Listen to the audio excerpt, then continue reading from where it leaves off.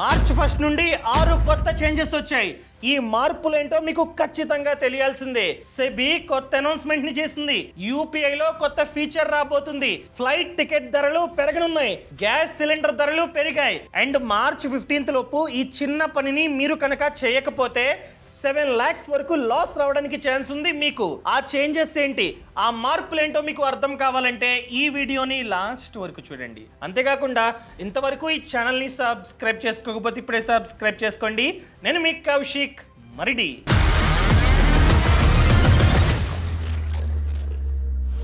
ఇంకా first change వచ్చేసి SEBI update. ఇన్ని రోజులు స్టాక్ మార్కెట్కి లేదా మ్యూచువల్ ఫండ్స్కి మ్యాక్స్ టు మ్యాక్స్ 3 నామినీస్ని మనమైతే యాడ్ చేసుకునే వాళ్ళం కదా. నామినీసా అంటే ఏంటి, చాలా మందికి డౌట్ వచ్చే ఉంటుంది. ఇప్పుడు ప్రతి మంత్ నేను మ్యూచువల్ ఫండ్స్లోని స్టాక్ మార్కెట్లోని తెగ పెట్టుబడి పెట్టేస్తూ ఉన్నా. రేపు నేను పోతే ఆ డబ్బంతా ఎవరికి వెళ్తుంది? వాళ్ళే ఉంచేసుకుంటారా స్టాక్ మార్కెట్ వాళ్ళు, మ్యూచువల్ ఫండ్స్ వాళ్ళు? లేదండి, ఎవరి పేరునైతే నామినీగా యాడ్ చేస్తామో వాళ్ళకి ఆ డబ్బంతా వెళ్తుంది మనం పోతే. అర్థమైందా అండి? సో ఇన్ని రోజులు మ్యాక్స్ టు మ్యాక్స్ ముగ్గురిని మనమైతే నామినీస్గా యాడ్ చేసుకునే వాళ్ళం. మీకు కావాలంటే ఒక్కరే వైఫ్ పెట్టారు, 100% వైఫ్కి వెళ్తుంది మనం పోతే. అదే ముగ్గురిని యాడ్ చేశారు. ఫర్ ఎగ్జాంపుల్ వైఫ్కి 50%, మదర్కి 25%, మీ బాబు ఒకటే బాబు, ఆ బాబుకి 25%, ఇలా యాడ్ చేశారనుకోండి. ఆ రేషియోలో వాళ్ళు డబ్బు తీసుకుంటారు మీరు పోతే. ఈ నామినీస్ ఎంతమంది కావాలో మీ ఇష్టం.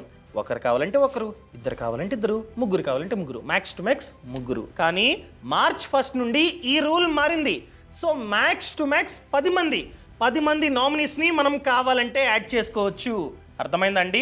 ఫస్ట్ పిల్లోడికి ఇంత, సెకండ్ పిల్లోడికి ఇంత, మా పెద్దమ్మకి ఇంత, తాతయ్యకి ఇంత, నానమ్మకి ఇంత, అదేవిధంగా ఫాదర్కి ఇంత, వైఫ్కి ఇంత, మీ ఇష్టం. అలా మ్యాక్స్ టు మ్యాక్స్ 10 మందిని మీరైతే యాడ్ చేసుకోవచ్చు అనమాట. ఎలా యాడ్ చేసుకోవాలి? ఆల్రెడీ ఒక వీడియోని షూట్ చేసి అప్లోడ్ చేసా, పాత వీడియో. అందులో మ్యాక్స్ టు మ్యాక్స్ ముగ్గురే కాబట్టి 3 నామినీస్ని ఎలా యాడ్ చేసుకోవాలో చూపించా. ఆ వీడియో లింక్ అనేది కింద డిస్క్రిప్షన్లో ఉంది, ఒకసారి చూడండి. అర్థమైందండి? మీకు కావాలంటే ఆ వీడియోని చూసుకోవచ్చు. సేమ్ స్టాక్ మార్కెట్కి అండ్ మ్యూచువల్ ఫండ్స్కి మ్యాక్స్ టు మ్యాక్స్ 10 మంది నామినీస్ని మీరైతే యాడ్ చేసుకోవచ్చు ఈ మార్చ్ 1 తర్వాత నుండి. ఇంకా సెకండ్ చేంజ్ వచ్చేసి కమర్షియల్ గ్యాస్ సిలిండర్ ధరలు పెరిగాయి. ఏంటి కమర్షియల్ గ్యాస్ సిలిండర్సా అంటే ఏంటి? మన ఇంట్లో వాడేవి డొమెస్టిక్ గ్యాస్ సిలిండర్స్, వాటి వెయిట్ చూసుకున్నట్లయితే 14.2 kg ఉంటుంది. అదేవిధంగా రెస్టారెంట్స్లో ఎక్కువగా యూజ్ చేస్తూ ఉంటారు ఈ కమర్షియల్ గ్యాస్ సిలిండర్స్ని. వాటి వెయిట్ చూసుకున్నట్లయితే 19 kg ఉంటుంది. సో ఇలాంటి గ్యాస్ సిలిండర్ ధరలు పెరిగాయి మార్చ్ 1 నుండి. ఎంత పెరిగాయండి? 6 రూపీస్. సో ప్రెసెంట్ మన హైదరాబాద్లో 19 kg కమర్షియల్ గ్యాస్ సిలిండర్ చూసుకున్నట్లయితే 2029 రూపాయలు. అర్థమైందండి? ఇంకా థర్డ్ వన్ చూసుకున్నట్లయితే ఈడిఎల్ఐ స్కీమ్లో చిన్న చేంజ్ వచ్చింది. ఏంటి ఈడిఎల్ఐ స్కీమా అంటే? Simple, employees deposit linked insurance scheme. ఎవరి జీతం నుండి అయితే ఈపీఎఫ్ కట్ అవుతుందో, అనగా ఎవరి జీతం నుండి అయితే ప్రతి మంత్ పిఎఫ్ కట్ అవుతుందో వాళ్ళకి ఆటోమేటిక్గా ఫ్రీగా లైఫ్ ఇన్సూరెన్స్ పాలసీ ఉన్నట్లే. మనకి ఏదైనా జరిగితే, ఎంప్లాయ్మెంట్లో ఉన్నప్పుడు మనకి ఏదైనా జరిగితే మన కుటుంబానికి 7 lakhs వరకు ఫ్రీగా ఈపీఎఫ్ఓ ఇన్సూరెన్స్ని ఇస్తుంది. ఇక్కడ ఇన్సూరెన్స్ కవరేజ్ అనేది 2.5 lakhs నుండి 7 lakhs వరకు ఉంటుంది, డిపెండ్స్ అపాన్ శాలరీ. ఇది ఎలా లెక్కేస్తారంటే last 12 months average basic salary plus DA ఎంతైతే ఉంటుందో into 35 times. For example average basic salary plus DA 20,000 ఉన్నట్లయితే 20,000 into 35 7 lakhs. So 7 lakhs coverage అనేది వస్తుంది. ఒకవేళ average basic salary plus DA ఎక్కువ ఉంది, 40,000 ఉంది, 40,000 ఉన్నా కూడా max to max 7 lakhs coverage. So ఇలా కవరేజ్ రావాలంటే, మన కుటుంబానికి కవరేజ్ వెళ్ళాలంటే చిన్న కండిషన్స్ ఉన్నాయి. ఫస్ట్ వన్ చూసుకున్నట్లయితే లాస్ట్ 12 months గా ప్రతి మంత్ మన జీతం నుండి పిఎఫ్ కట్ అవ్వాలి. అర్థమైందండి? లాస్ట్ 12 months గా ప్రతి మంత్ మన జీతం నుండి పిఎఫ్ కట్ అయితే మాత్రమే ఇన్సూరెన్స్ కవరేజ్ కుటుంబానికి వెళ్తుంది. ఇలా కవరేజ్ రావాలంటే కుటుంబ సభ్యులు death certificate, Aadhaar card, pan card, EPF సమాచారం, ఈ సమాచారం, ఈ డాక్యుమెంట్స్ అన్నీ తీసుకెళ్ళి కంపెనీలో చెప్పాలి. ఇలా మీ కంపెనీలో పనిచేస్తున్న ఎంప్లాయీ చనిపోయాడు, సో మాకు క్లెయిమ్ ఇవ్వండి అంటే వాళ్ళు ఏం చేస్తారంటే మీ డాక్యుమెంట్స్ అన్నీ తీసుకొని, మీరు సబ్మిట్ చేసే డాక్యుమెంట్స్ అన్నీ తీసుకొని పైకి పంపిస్తారు. ఈపీఎఫ్ఓ ఆఫీస్కి. సో అక్కడ క్లెయిమ్ వస్తుందన్నమాట. వాళ్ళు చెక్ చేసి క్లెయిమ్ అనేది ఇస్తారనమాట. సో క్లెయిమ్ అప్రూవ్ చేయగానే డబ్బు డైరెక్ట్గా నామినీ బ్యాంక్ అకౌంట్లో పడుతుంది. అనగా ఎంప్లాయర్కి ఎవరైతే నామినీ ఉన్నారో వాళ్ళ బ్యాంక్ అకౌంట్లో డబ్బు అనేది పడుతుంది. అర్థమైందా అండి? అండ్ మెయిన్ కండిషన్ ఏంటంటే యూనివర్సల్ అకౌంట్ నంబర్ అనగా యుఏఎన్ నంబర్ ఖచ్చితంగా యాక్టివ్లో ఉండాలి. పొరపాటున మీ యుఏఎన్ నంబర్ యాక్టివ్గా లేకపోతే ఈ ఇన్సూరెన్స్ క్లెయిమ్ మీకైతే రాదు. ఫ్యూచర్లో మీరు చనిపోతే ఇబ్బందులు పడతారు మీ కుటుంబ సభ్యులు. సో అందుకనే యుఏఎన్ నంబర్ని యాక్టివ్గా ఉంచుకోండి. అండ్ దాంతోపాటు మీ యూనివర్సల్ అకౌంట్ నంబర్కి మీ ఆధార్ కార్డు, మీ బ్యాంక్ అకౌంట్ సమాచారం అంతా లింక్ అయి ఉండాలి. వీటిల్లో ఏది లేకపోయినా మీకు రాదు ఇన్సూరెన్స్. సో మీ యూనివర్సల్ అకౌంట్ నంబర్ని యాక్టివేట్ చేసుకోవడానికి డెడ్ లైన్ పెట్టారు. ఎప్పటి వరకు?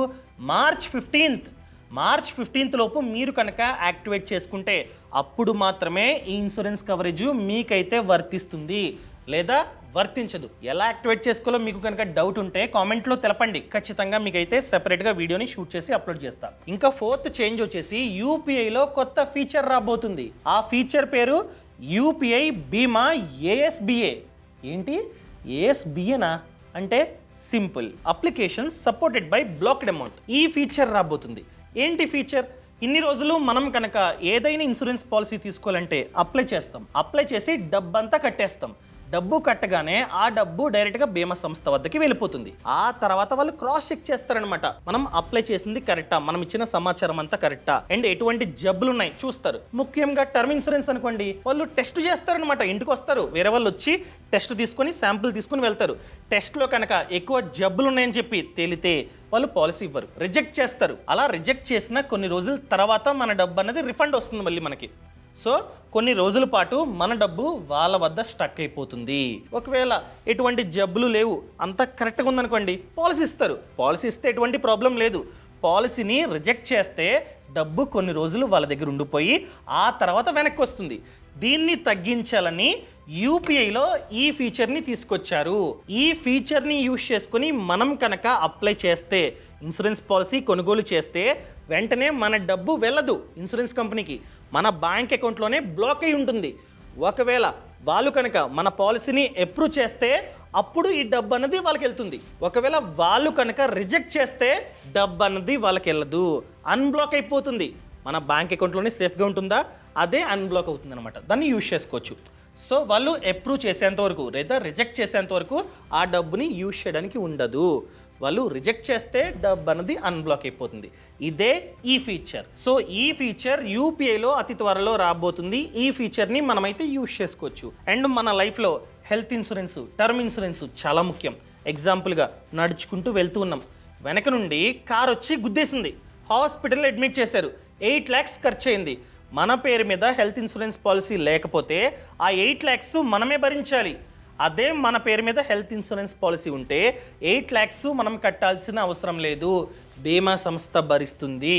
సో అందుకనే ప్రతి ఒక్కరికి హెల్త్ ఇన్సూరెన్స్ పాలసీ చాలా ముఖ్యం. మనం కష్టపడి సంపాదించిన డబ్బు హాస్పిటల్లో బిల్లులు కట్టడానికా? కాదు కదా. సో అందుకనే తీసుకోండి. ఎలా తీసుకోవాలి? కింద డిస్క్రిప్షన్లో లింక్ ఇచ్చా, పక్కన కామెంట్స్లో కూడా లింక్ ఇచ్చా. ఆ లింక్ని క్లిక్ చేసి మీరు కనుక పాలసీ తీసుకుంటున్నట్లయితే 25% వరకు డిస్కౌంట్ మీకైతే వస్తుంది. మీరైతే సమాచారం అంతా కరెక్ట్గా ఇచ్చి ఆ తర్వాత మాత్రమే ఓపెన్ చేయండి.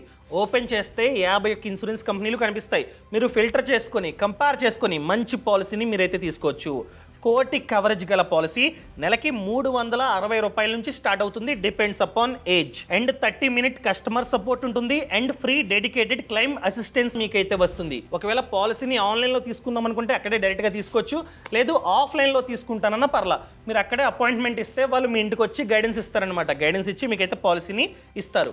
అండ్ టర్మ్ ఇన్సూరెన్స్, మన లైఫ్లో టర్మ్ ఇన్సూరెన్స్ కూడా చాలా అంటే చాలా ముఖ్యమండి.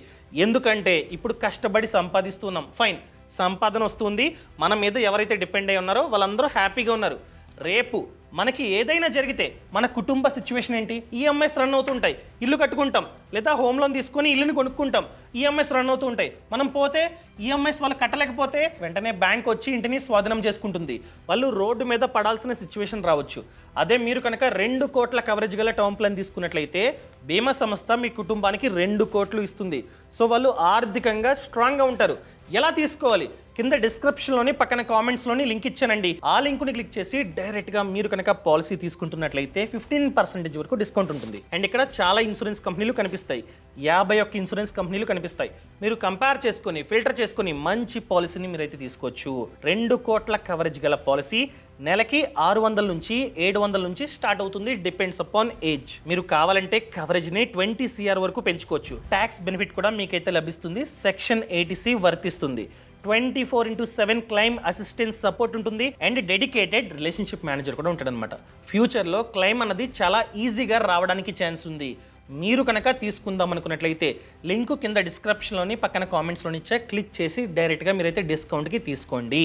ఇంకా నెక్స్ట్ చేంజ్ వచ్చేసి మార్చ్ 1 నుండి ఎయిర్ టర్బైన్ ఫ్యూయల్ ధర పెరిగింది. ఏంటి ఎయిర్ టర్బైన్ ఫ్యూయలా అంటే? అదేనండి, ఫ్లైట్స్లో యూజ్ చేస్తుంటారు కదా ఫ్యూయల్, ఆ ఫ్యూయల్ ధర పెరిగింది.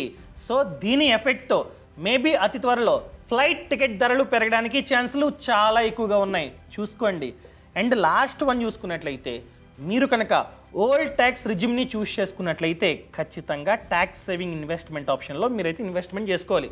చాలా ఉన్నాయి, సెక్షన్ 80C ఎక్సెట్రా చాలా ఉన్నాయండి. ELSS కావచ్చు, అదేవిధంగా PPF కావచ్చు, NPS కావచ్చు, ఎన్నో ఉన్నాయి. సో మీరు కనుక వాటిల్లో ఇంకా ఇన్వెస్ట్మెంట్ చేయకపోతే మార్చ్ 31 లోపే మీరు ఇన్వెస్ట్మెంట్ చేయాలి. తర్వాత చేస్తే నెక్స్ట్ ఇయర్కి కౌంట్ అవుతుంది. సో మీరు కనుక ఈ ఇయర్కి చూపించుకుందాం, ఈ ట్యాక్స్ సేవింగ్ ఇన్వెస్ట్మెంట్ ఆప్షన్లో చూపించుకుందాం అనుకున్నట్లయితే మార్చ్ 31 లోపే మీ డబ్బుని ఇన్వెస్ట్మెంట్ చేయండి. కావాలంటే ITR ఫైల్ చేసే టైంలో కూడా మీరు చూపించుకోవచ్చు, అప్పుడు కూడా ఆప్షన్ ఉంటుంది.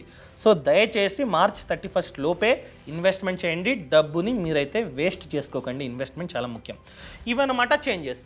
ఈ వీడియో మీకు నచ్చినట్లయితే దయచేసి కామెంట్లో తెలపండి. నచ్చితే నచ్చింది, నచ్చలేదు.